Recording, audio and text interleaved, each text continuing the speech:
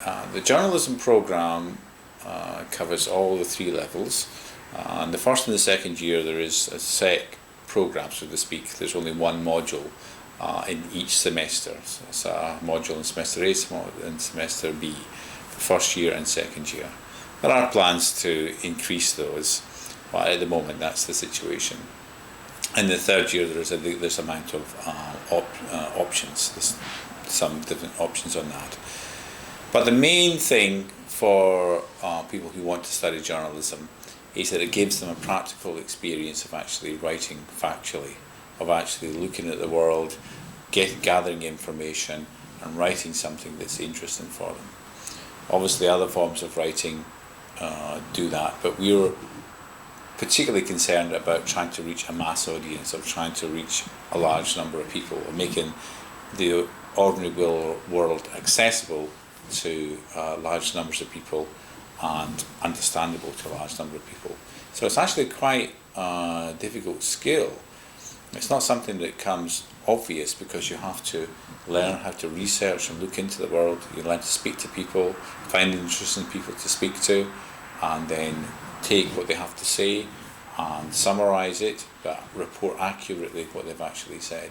And you also have to be aware of any legal pitfalls, and that's something we study in semester B, look at the ethical and legal implications of what journalists need to do. So it's interesting. I think students find it a bit more difficult than they first imagined they were going to find it. I think their English is challenged in many cases. People who think their English is good or very good suddenly find themselves that actually their English is required to be improved.